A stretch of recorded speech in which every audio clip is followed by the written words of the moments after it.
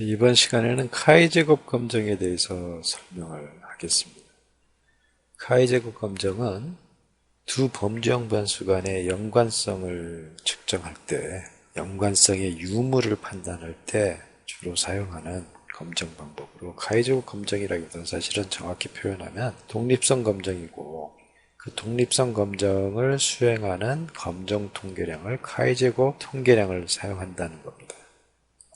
카이제곱 검정, 즉 이 카이를 사용해서 하는 검정 방법들은 되게 세 가지 목적으로 사용이 되는데요. 여기 보통 독립성 검정, 그 다음에 적합도를 검정하는 거, 그리고 동질성을 검정하는 방법이 있는데, 이 밑에 이 두 가지 방법들은 분포가 유사한지, 그리고 같은지, 어떤 특정 분포에 얼마나 잘 적합되어 있는지, 그 특정 분포가 얼마나 유사한지를 검증하는 방법들이기 때문에 실제 데이터 분석법에서 적합도 검정이나 동질성 검정은 활용도가 그다지 높지는 않습니다. 실제 필드에서 데이터 어널리시스 할 때는 두 범정 변수 간의 연관성이 얼마나 있느냐, 그 연관성의 유무를 파악하고 그 다음에 그 연관성의 정도가 얼마나 되느냐, 그 강도가, 연관된 강도가 얼마나 강하냐에 대한 관심을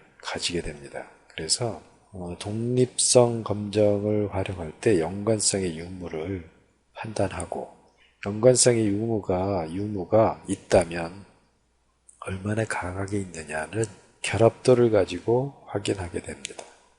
그래서 여기서는 독립성 검증에 대한 실 사례를 연습을 해보기로 하겠습니다. 카이제곱 통계량은 이와 같이 표현이 되지요. 이런 수식에는 너무 그렇게 수식을 암기하거나, 이거 암기한다고 해서 특별히 달라지지 않습니다. 그 통계적 이론에 대해서 아는 척은 할 수 있을런지 모르지만, 결국 이러한 원리로 카이스퀘어 통계량을 계산한다는 거죠. 여기에 지금 관측 빈도고, 기대 빈도를 뺀 것의 자승을 기대 빈도로 나눈 것을 합해버리는 그런 일종의 거리 개념하고 유사한 거죠. 분산을 계산하는 그런 개념하고 유사한 겁니다. 자, 독립성 검증의 절차는 두 범정 변수를 먼저 선정을 하고요. 그 두 범정 변수의 관련성을 이제 파악하기 위해서 가장 먼저 해야 될 것은 수평 막대도표를 그려보는 겁니다. 이 막대도표를 보면 대략 이 두 범정 변수 간의 연관성이 어느 정도 있는지, 얼마나 강하게 있는지를 대략적으로 판단할 수가 있습니다. 그래서 막대도표를 보고 연관성의 정도를 판단한 다음에 그것이 해석을 했을 때 과연 그럴싸한 논제가 될 수가 있느냐, 토픽이 될 수 있느냐, 판단 여부에 따라서 분석을 더 진행할 수가 있겠죠. 그 다음에 교차표. 물론 수평막대도표와 교차표는 동시에 그려질 수 있겠죠. 이걸 먼저 하느냐, 이걸 먼저 하느냐는 그건 중요한 사항이 아닙니다. 아무거나 먼저 해도 되겠죠.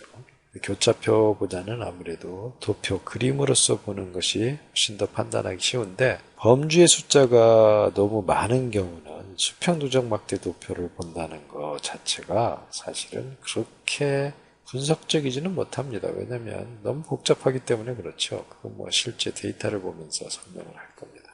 자, 교차표에서 기대 빈도가 5개 미만인 셀이 보통 한 20% 미만이 될 경우에는 카이 제곱 통계량이 검정력을 크게 상실하지 않기 때문에 대략 20% 미만인 경우는 카이 제곱 통계량을 확인을 하고요. 기대 빈도가 5개 미만인 셀들이 전체 셀에서 20% 이상 넘어버리면 아니오로 가는 거죠. 그럴 때는 몬테칼로 방법이나 이그젝트 테스트를 이용을 해서 거기서 계산된 P값을 가지고 검정을 하게 됩니다.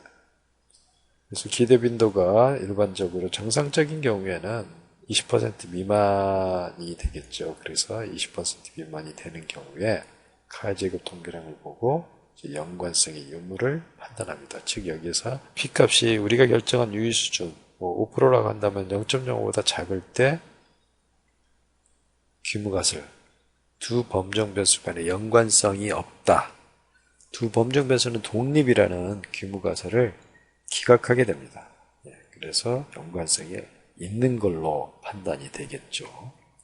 그래서 연관성이 있는가의 유무를 여기서 P값을 가지고 판단을 하고요. 연관성이 만약에 있다면, 없다면 여기서 이 분석 결과는 종료되겠죠. 연관성이 만약에 있다라고 나타났을 때는 연관성이 과연 얼마나 강하게 있느냐, 그것을 알아보는 결합도를 확인하게 됩니다. 그래서 연관성의 강도를 마지막으로 살펴보게 되는 거지요.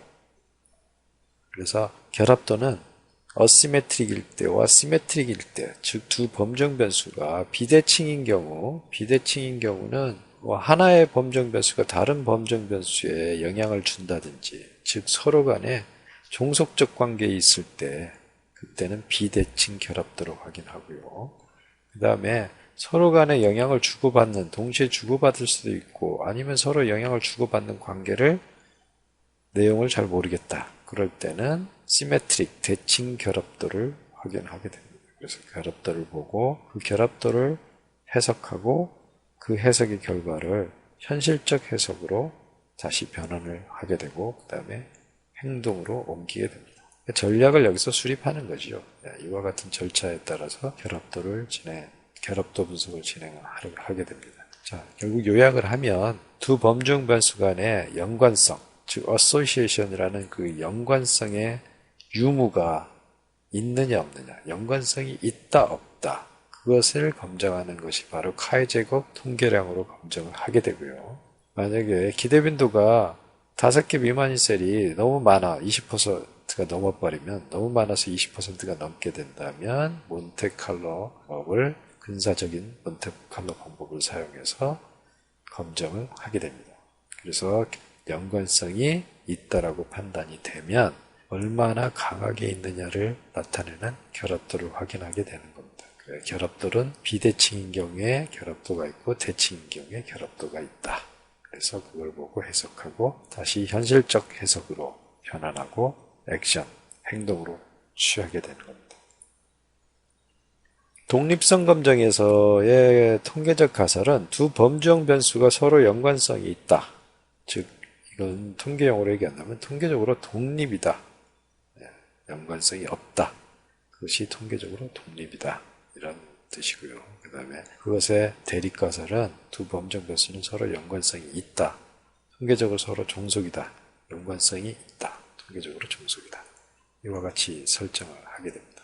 자, 예제 데이터의 내용을 살펴봅시다. 예제 데이터는 어느 특정 방송국의 TV 프로그램에 대한 시청자의 반응을 단순히 좋다 나쁘다로 반응을 측정하였습니다.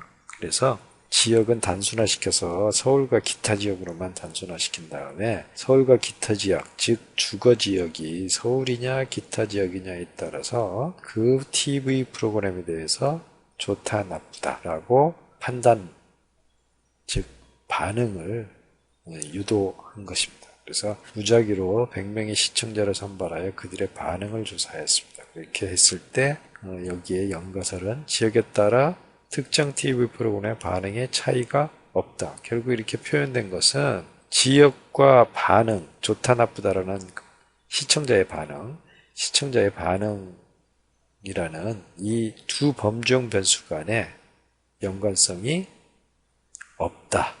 이런 말하고 똑같고 지역과 반응은 서로 독립이다 라는 말과 같은 겁니다. 근데 이제 보통 이와 같이 연구를 할 때 이 가설을 적을 때는 너무 통계적인 용어로 적기보다는 일반인도 읽어보면 그것을 쉽게 이해할 수 있는 그러한 상식적인 그러한 언어, 즉 그들의 언어로서 표현을 하는 거죠. 그래서 지역에 따라 특정 TV 프로그램의 반응에 차이가 없다. 자, 이렇게 표현을 했는데, 이렇게 표현했을 때 지역은 이미 고정되어 있는 사실이고 그 지역이 어디냐, 서울 지역이냐 기타 지역이냐 즉 어느 지역에 사느냐에 따라서 반응이 아마 좋다 나쁘다로 갈려져. 즉 지역은 고정되어 있는 사실이고 반응은 그 지역에 따라서 차후에 일어나는 효과라고 보는 거기 때문에 지역이라는 변수가 반응에 영향을 준다고 볼 수가 있습니다. 반대로 반응에 따라서 지역에 영향을 준다? 이거는 말이 안 되죠. 그래서 여기서 X, 즉 설명 변수, 독립 변수는 지역이 되고 반응 변수가 바로 종속 변수, 반응 변수가 되는 겁니다.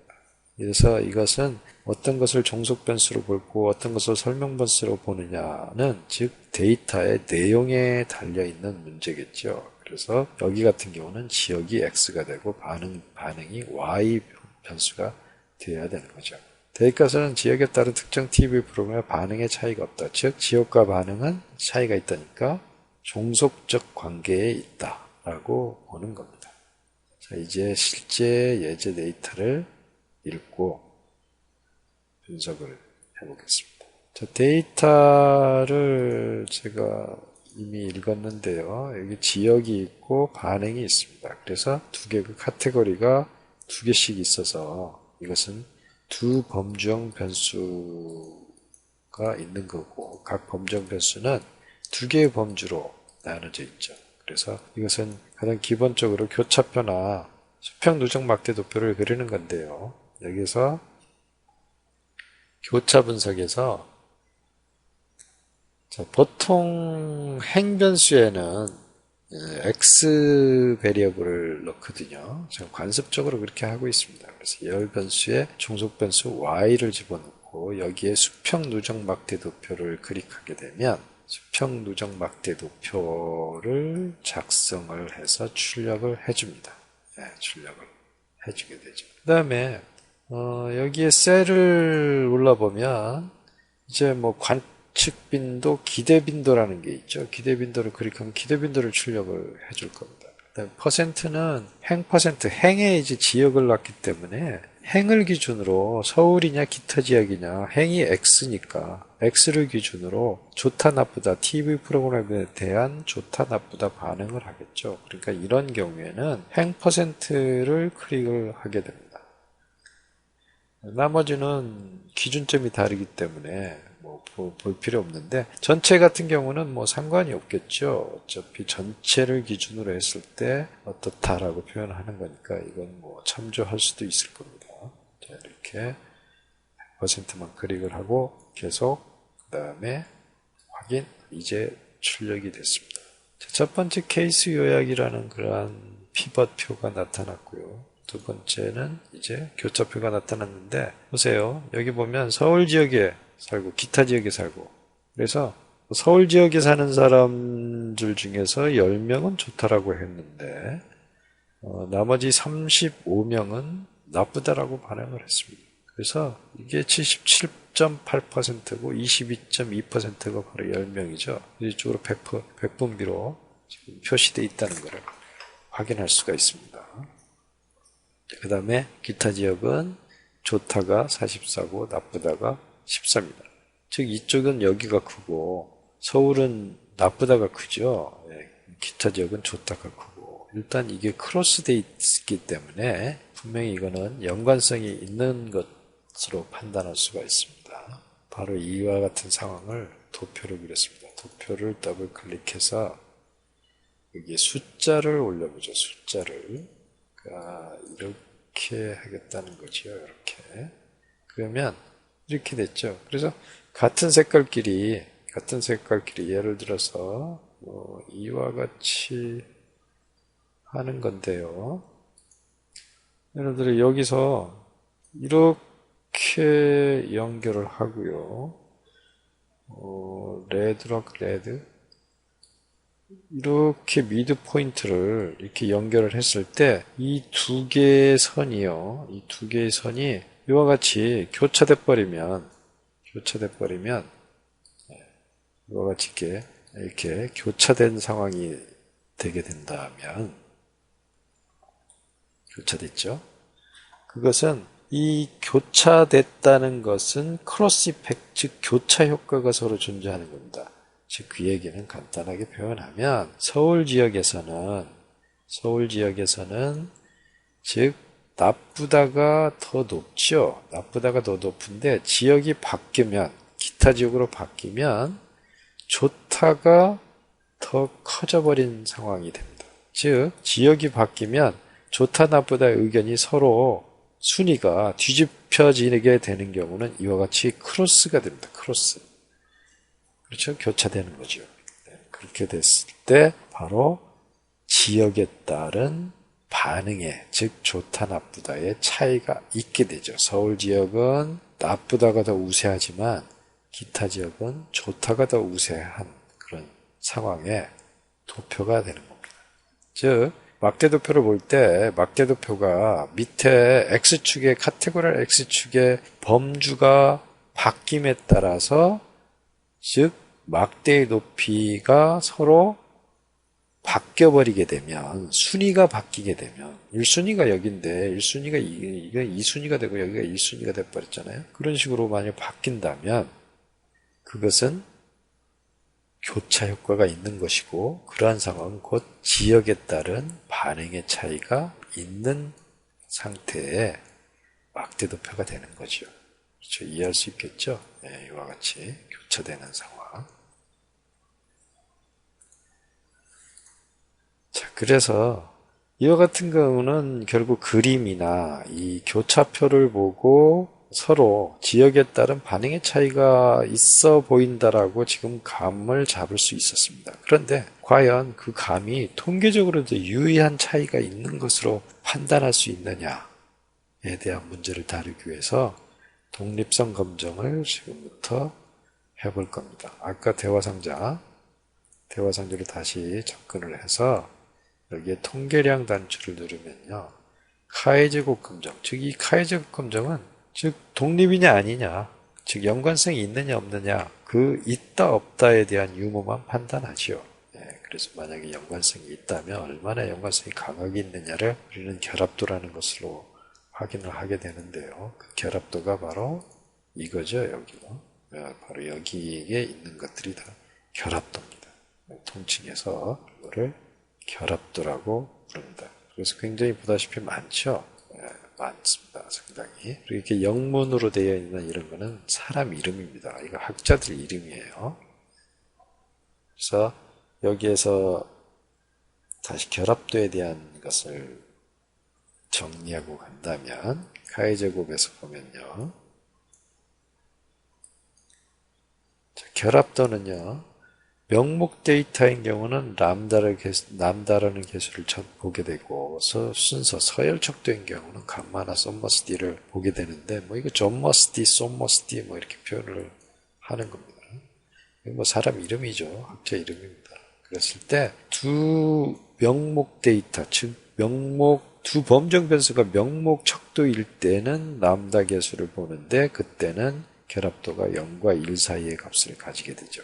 0과 1 사이의 값을 0과 1 사이의 값을 가지게 된다.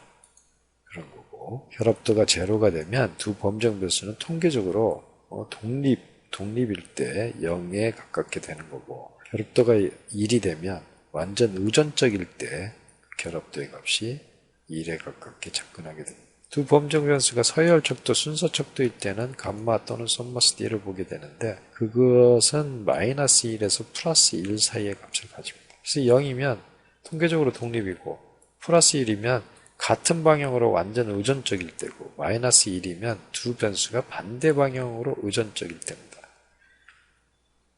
반대 방향으로 마이너스 1 때는. 그래서 이건 서열척도일 때 보는 건데, 일단 우리가 지금 다루는 데이터는 바로 명목척도일 때니까 명목척도로 보고 번역하는 이 람다 개수를 클릭하고 선택하고 실행을 하겠습니다. 자, 그래서 이쪽으로 다시 SPSS 돌아와서 여기에 람다를 클릭을 하게 되는 거죠. 람다를. 그리고 나머지들은 카이 통계량 가지고 일부 수정을 해서 만든 그런 통계량들인데요.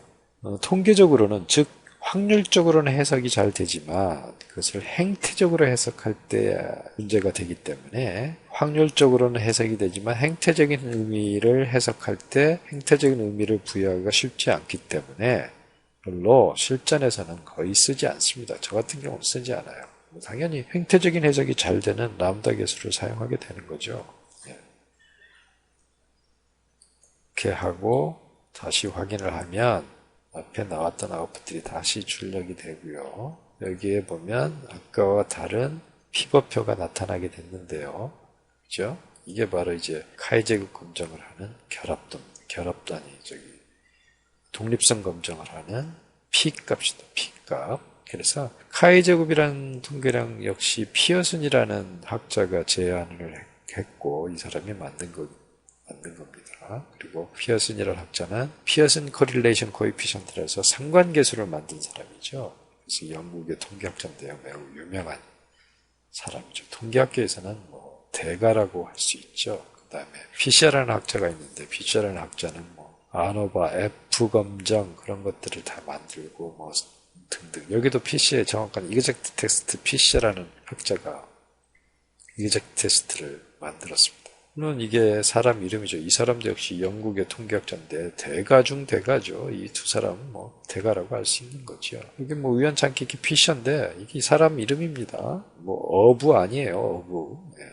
뭐 낚시하는 사람 아닙니다. 자, 일단 피어슨 카이스퀘어 통계량을 보면 33.26이고 자유도가 1이고 그 다음에 점근 유효 확률에서 보면 이 P값이 0.000 이렇게 돼 있죠. 자, 그런데 여기 보면 기대빈도가 0인 셀이 지금 0%예요. 기대빈도가 5보다 작은 셀이 하나도 없다.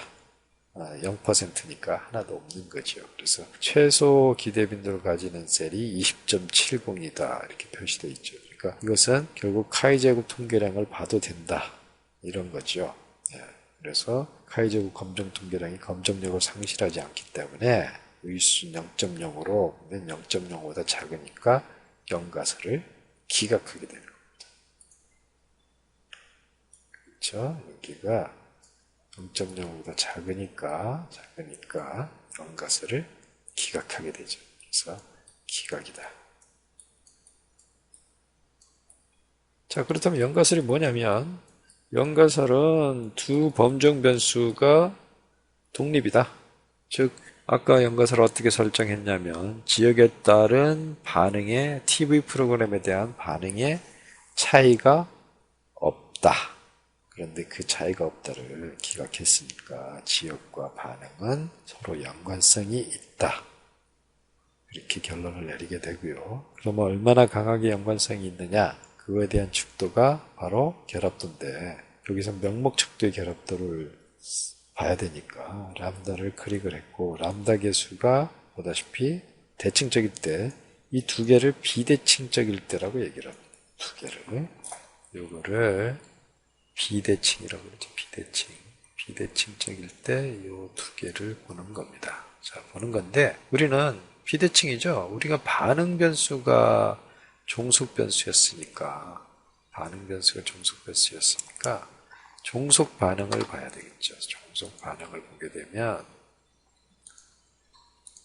그렇죠. 그거 종속 반응을 보게 되고 종속 반응의 값을 보게 되면 0.054 그죠?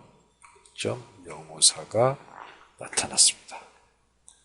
0.0543이 나타났죠. 이게 람다 계수의 값이죠. 그래서 이 람다 계수 값을 번역할 때 뭐라고 하냐면 즉 지역에 대한 정보를 알고 있을 때 그 지역이 서울이냐 기타냐 그 정보를 알고 있음으로 해서 사람들이 모집단이 반응을 좋다고 할 것이냐 나쁘다고 할 것이냐 그것에 대한 그 합리적 판단을 내리는데 그 합리적 판단이 잘못될 가능성을 54.3% 정도 줄여준다. 이렇게 번역합니다. 그래서 그것을 왜 그렇게 번역할 수밖에 없느냐를 이제부터 설명을 하겠습니다.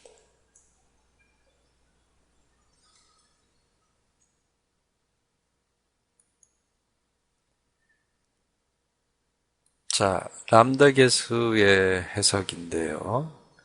일단 나무다 개수를 계산하는 것은 이와 같은 산식에 의해서 계산이 되는데 여기 상황 1에서 오류를 일으킬 probability를 Pr로 표현을 한 겁니다. 그래서 상황 1에서의 오류를 일으킬 확률하고 읽을 수가 있죠. 상황 1, 그 다음에 상황 2에서 오류를 일으킬 확률을 빼고 상황 1에서 오류를 일으킬 확률로 나눠준 겁니다. 그것을 나무다 개수로 정의를 했는데요. 이와 같이 나무다 개수를 계산했기 때문에 여기에다 그대로 행태적인 말투를 붙여서 이해를 하면 나무다 개수의 숫자의 크기가 과연 뭘 의미하는지 그것을 쉽게 파악할 수가 있습니다. 상황 1은 지역이라는 변수가 지금 X변수로 설정이 되어 있죠. 그러니까 지역에 대한 정보를 모를 때 TV 프로그램에 대한 반응의 합리적 추측 이렇게 표현이 되어 있죠. 결국 이 말이 뭘 의미하는지를 이해를 해야 되는데요. 지역이라는 정보를 모를 때 합리적 TV 프로그램에 대한 반응의 합리적 추측 이렇게 표현을 한 것을 제가 비유를 하겠습니다. 자, 여기를 보면요. 이 교차표를 보면 교차표를 제가 이렇게 띄워서 이렇게 보죠. 이렇게 뭐를 할 거냐면요. 별도의 창으로 이렇게 읽어서 보겠습니다. 이렇게 읽어서 볼 텐데요. 간단히 피벗 트레이에서 통계량을 레이어에다 갖다 놓겠습니다. 레이어에다 갖다 놓으면 보다시피 빈도만 나타나게 되죠.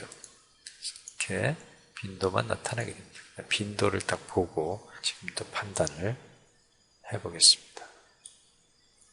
자, 이렇게 된 겁니다. 자, 이걸 갖다 놓고 피벗을 테이블을 이쪽으로 이동을 시켜놓고 보죠. 자, 여기에서 이제 반응의 합리적 추측이라고 되어 있죠. TV 프로그램에 대한 반응의 합리적 추측이다. 지역에 대한 정보를 모를 때, 자, 지역이라는 정보, 서울에 사느냐, 기타 지역에 사느냐를 전혀 모른다면 보다시피 그냥 54와 46만 알고 있는 셈이 되죠. 그래서 이런 경우는 요 정보만 알고 있는 겁니다. 요 정보만. 요 정보만. 간단히 표현하면 이 정보죠. 이 정보만 알고 있는 거죠. 요 정보만. 자, 요 정보만 알고 있는 건데 그렇게 됐을 때 지역에 대한 정보를 모를 때 TV 프로그램에 대한 반응의 합리적 추측. 제가 창밖을 쳐다보는데 어떤 사람이 지나가요. 이 TV 프로그램에 대해서 당신은 좋으냐 나쁘냐라고 물어볼 수가 없어요. 그리고 저 사람이 서울 지역에 사는지 기타 지역에 사는지 몰라요. 그냥 지나가는 사람이죠. 근데 저 사람한테 만약에 내가 물어본다면 저 사람은 뭐라고 대답할 가능성이 크냐?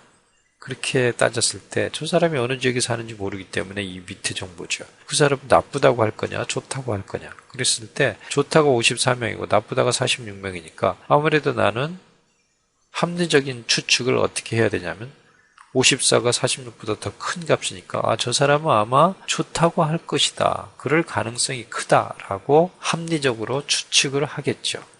그게 바로 합리적인 추측입니다. 네.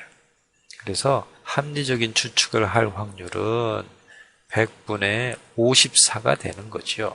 네. 그것이 잘못될 확률은 어떻게 계산하냐? 1-100분의 54가 되는 겁니다. 마이너스 그러니까 100분의 54가 되는 겁니다. 여기서 뭐가요? 상황 1에서 합리적인 추측을 할 확률이 자, 그 다음에 상황 2는 어떻게 됐냐면요. 상황 2는 지역에 대한 정보를 알고 있을 때 지역이라는 정보를 알고 있을 때 여기는 그대로 적어 놓을까요? 저희가 이걸 꺼버렸는데 1-100분의 54가 되는 거죠. 54. 자, 이건 지역이라는 정보를 알고 있을 때 TV 프로그램에 대한 합리적 추측. 지나가는 사람이 뭐 좋다 나쁘다는 얘기는 안 해주고 자기 서울에 산다고 만약에 가르쳐주고 갔어요. 그러면 그 사람은 서울에 사니까 좋다고 할 가능성이 큰데 나쁘다고 할 가능성이 당연히 나쁘다고 할 가능성이 크지요. 그렇죠? 그러니까 저 사람이 나쁘다고 할 가능성 즉 40 5분의 35가 되죠. 지금 제가 이거 계산하는 이러한 것은 암기할 필요 없습니다. 그냥 이해를 도모하기 위해서 하는 건데, 자, 그것이 잘못될 확률은 1 마이너스 이렇게 되는 겁니다. 여사건 확률인데, 그런데 이것은 뭐냐면, 저 사람이 서울에 살 가능성이니까 100분의 45를 곱해줘야죠. 즉 기분 서울에 산다. 그 다음에 이거죠. 이거 뭐 앞에다 적어도 상관없겠습니다. 그리고 또는 그 사람이 기타 지역에 살 수가 있죠. 기타 지역에 살 수가 있는데 1 마이너스 기타 지역에서는 합리적인 추측을 할 확률이 55분의 그죠? 55분의 보다시피 여기 44죠. 44고 그 다음에 곱하기 뭐냐면 저 사람이 기타 지역에 살 확률 100분의 그죠? 100분의 55 이렇게 되는 거죠. 이게 바로 이제 상황 2에서의 오류를 일으킬 확률입니다. 합리적인 추측이 잘못될 확률. 자, 아까 합리적인 추측은 뭐죠? 여기를 보고 가장 빈도가 큰 쪽으로 우리는 의사결정을 할 것이다. 그것이 합리적인 추측이죠. 네. 그렇게 해서 계산을 하는 겁니다. 그렇게 해서 계산을 하고 있기 때문에 해석을 할 때도 그렇게 그 계산 상황의 시나리오를, 그 상황의 내용을 그대로 부여하면서 번역을 하면 되겠죠. 자, 그래서 이게 결국 제1의 상황이 잘못될 확률분에 이렇게 되는 건데, 결국은 지역에 대한 정보를 모를 때와 지역의 정보를 알고 있을 때 합리적인 추측이 잘못될 확률, 지역에 대한 즉 지역이 어느 지역에 사느냐에 따라서 합리적인 추측이 잘못될 확률이 줄어든다면 지역은 반응을 추측하는데 매우 유용한 정보가 되겠죠. 합리적 추측이 잘못될 가능성이 줄어든다면, 그래서 이 2번이 보면 지역에 대한 정보를 알고 있을 때 합리적인 추측이 잘못될 확률이니까 이 probability가 작아지게 되면 지역이라는 정보를 알므로 해서 반응을 추측할 때 매우 정확도가 있을 것이다. 그런 의미가 되는 겁니다. 그래서 상황 2에서의 오류의 확률이 만약에 제로가 된다면 람다 계수가 1이 되겠죠. 여기가 제로가 되면 이게 1이 된다고요. 물론 이건 제로가 되면 안 됩니다. 제로 0으로 나눌 수는 없으니까. 람다 계수가 1이 될 때는 상황 2의 오류가 0이 돼야 되는 거고, 람다 계수가 만약에 제로가 된다면 위에가 제로가 되는 거니까 이거 1의 상황에 오류를 일으킬 확률과 2의 상황에서 오류를 일으킬 확률이 동일하게 될 때 위에가 제로가 되겠죠. 그래서 이게 두 개가 같을 때 0이 되죠. 즉 상황 1과 상황 2의 오류를 일으킬 확률이 같다는 것은 지역이라는 정보를 모를 때 합리적 추측이 잘못될 확률이나 알고 있을 때 합리적 추측이 잘못될 확률이 동일하다. 지금 알고 있을 때 오류를 일으킬 확률이 좀 줄어가지고 이게 같지 않아야 되는데, 이게 같다는 얘기는 지역에 대한 정보를 알고 있으나 모르고 있으나 합리적인 추측을 할 때 그것이 잘못될 가능성이 전혀 변화되지 않았다. 즉 그만큼 지역은 반응, 즉 좋다 나쁘다 반응을 판단하는데 전혀 도움이 되지 않는다, 이런 뜻이 되는 겁니다. 그때 람다 계수가 0이 되는 거지요. 람다 계수가 1이 될 때는 즉 상황 2의 오류 확률이 제로가 되는 거니까 지역이라는 정보를 알게 되면 반응, 즉 좋다 나쁘다를 판단하는데 그것이 잘못될 확률이 0이 된다는 얘기는 판단하는데 거의 그 판단의 오류가 제로가 됐다는 얘기는 판단의 정확성이 100%라는 그러한 의미로 해석을 할 수가 있게 됩니다. 그래서 X 변수, 즉 지역이라는 변수를 알고 있을 때 그 지역이라는 정보를 알고 있음으로 해서 반응을 판단하는데 그 판단의 추측이 잘못될 확률을 0으로 만들어준다면 람다 계수가 1이 되는 거죠. 그리고 이 상황을 그대로 번역을 하게 되면 람다 계수가 0.543이라는 것은 지역이라는 정보를 알고 있음으로 해서 반응을 추측할 때, 좋다 나쁘다 반응을 예측할 때, 추측할 때 그 추측이 잘못될 가능성을 54.3% 줄여준다. 즉 라므다 개수가 1이면 지역이라는 정보를 알고 있음으로 해서 반응을 예측할 때 그 예측이 잘못될 확률이 제로가 되니까 100% 줄여준다 이런 뜻이고 0은 0% 줄여준다 이런 뜻으로 번역할 수 있기 때문에 0.543을 번역할 때 54.3%의 잘못될 확률, 판단이 잘못될 확률을 54.3% 줄여준다. 그런 의미가 됩니다. 굉장히 큰 값이죠. 54.3% 줄여준다는 거는. 그래서 요 밑에 텍스트를 이제 읽어보면 이 말이 이제 무슨 뜻인 줄을 이제 알게 될 겁니다. 자, 다음은 서열척도에 대한 건데 우리는 사실 서열척도는 아니죠. 서열척도가 아니기 때문에 서열척도를 가지고 분석을 하고 그 서열척도를 해석하는 과정을 지금 표현한 겁니다. 이때 TV 만족도 조사라는 데이터를 읽었죠. 데이터를 읽고 결국 통계량에서 썸머스디를 표현한 겁니다. 감마나 썸머스디라 했는데 감마는 대칭적일 때만 사용하기 때문에 여긴 비대칭이죠. 즉 사후 만족이 종합 만족도에 미치는 영향 이것이 이쪽으로 미치기 때문에 그와 같이 표현한 거죠. 그래서 이건 5점 척도를 가지고 썸머스디를 클릭을 해서 동일한 방법으로 분석을 한 겁니다. 그렇게 했을 때 지금 사후 만족도가 이와 같이 교차표가 만들어졌고요. 거기에 카이 제곱 검정을 시행했을 때 카이 제곱 검정이 0.000 나타났는데 이 밑에 하단에 보면 보다시피 기대 빈도가 20%를 넘어버렸어요. 그러니까 이때는 카이 제곱 검정을 가지고 검정한다는 것은 검정력이 약화가 되기 때문에 카이 제곱 말고 여기 바로 있는 몬테칼로를 가지고 검정을 하게 되는 겁니다.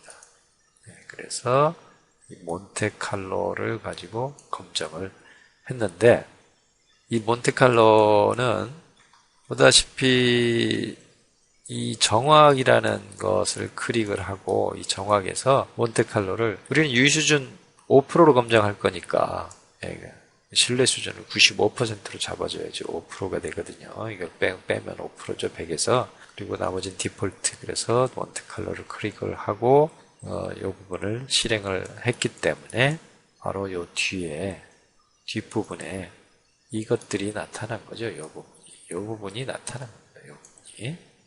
그래서 이걸 가지고 검증했을 때 5%에서 유의한 차이가, 즉 연관성이 있는 것으로 나타난 거죠. 자, 그런 다음에 썸머스디의 아웃풋을 보니까 썸머스디가 결국 이게 이제 종합만족도가 종속 변수니까요, 여기서는. 그래서 그것을 0.350으로 나타났죠. 근데 서열 척도에서의 그 결합도는 플러스 마이너스 1 사이의 값을 가지는데 여기 보다시피 플러스가 나타났죠. 이 플러스가 나타났다는 얘기는 결국 썸머스디를 번역할 때 그 의미는 플러스는 이와 같이 여기 상단에 이 원점을 여기를 주고 여기 플러스로 하고 이게 이렇게 나가면서 번역하면 여기도 이렇게 나가면서 번역을 하게 됩니다. 그러니까 여기서 만약에 이렇게 들어가면서 번역을 하게 되면 이쪽도 이렇게 들어가면서 번역을 해야 된다는 얘기입니다. 그러니까 이 파란 화살표를 제가 번역한다면 물론 이제 번역할 때는 X부터 언급하는 거죠. 그러니까 AS가 매우 불만, 매우 만족 요 순서니까 AS에 만족하면 할수록 매우 만족하면 할수록 만족도가 이렇게 밑으로 AS에 만족하면 할수록 종합 만족도도 만족하는 경향이 있다. 얘도 바깥으로 나가면서 해야 되는데 바깥이 바로 매우 만족한 걸로 되어 있으니까요. 만족하는 경향이 있다. 이렇게 번역하는 거. 만약에 이게 결합도가 마이너스가 나왔다. 불만족하면 할수록 AS에서 불만족하면 할수록 종합 만족도는 만족하는 경향이 있다. 이렇게 번역을 하는 겁니다. 마이너스인 경우에요. 마이너스. 그래서 마이너스인 경우에는 즉 AS에 만족하면 할수록 종합 만족도는 불만족하는 경향이 있다. 이렇게 번역을 하는 것이 마이너스일 때 그렇게 번역을 하는 거고 숫자의 절대값의 크기는 이와 같은 조사가 한 번만 하고 끝나면 모르겠지만 매 분기마다 했다면 지난 분기에 AS가 종합 만족도에 미치는 영향력을 계산을 했다면 지난 분기보다 이번 조사 때 그 절대값이 크기가 크다면 이와 같은 어떤 흐름의 관계가 더 강해진 거죠. 예, 그렇게 번역을 하는 겁니다. 예. 이 값의 크기를 가지고. 그래서 범정 변수 간에 독립성 검증을 한다면 연관성이 있다면 이와 같이 뭐 썸머스티나 람다나 결합도를 가지고 서로 미치는 영향력을 측정하는 일종의 가중치로서 활용을 할 수가 있습니다. 고객 만족도 조사에서는 제가 썸머스티를 가지고 가중치를 계산해서 CSI를 계산하는 데 응용을 하고 있거든요. 네. 자, 이상 독립성 검증을 마치기로 하겠습니다.